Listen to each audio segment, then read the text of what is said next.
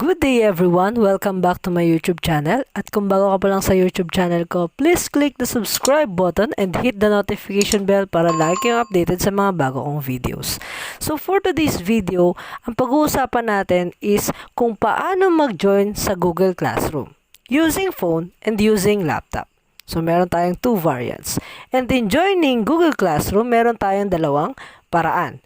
Una, using codes, and pangalawa, using invitation na galing mula kay teacher. Pero ngayon, ang gagamitin lang muna natin ay codes sa pag-join sa Google Classroom. So without further ado, let's start.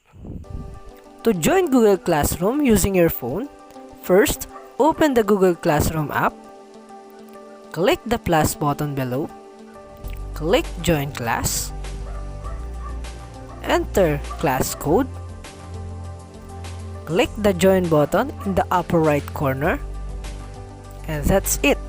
You have joined the Google Classroom.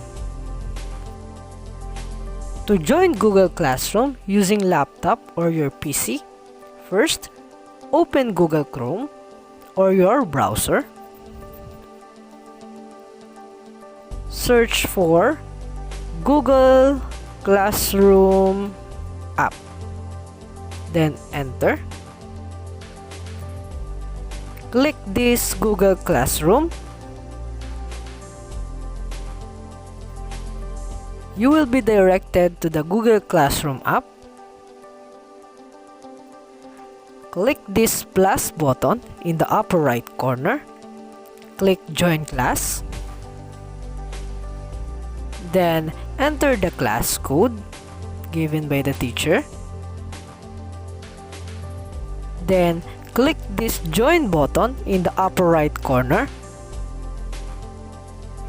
And that's it. You have joined the Google Classroom. I hope marami kayong natutunan ngayong araw tungkol sa Google Classroom and I hope may apply nyo ito sa inyong pag-aaral. So yun lang muna sa ngayon.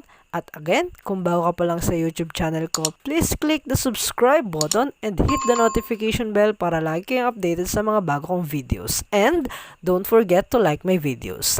That's all for today. Thank you for watching!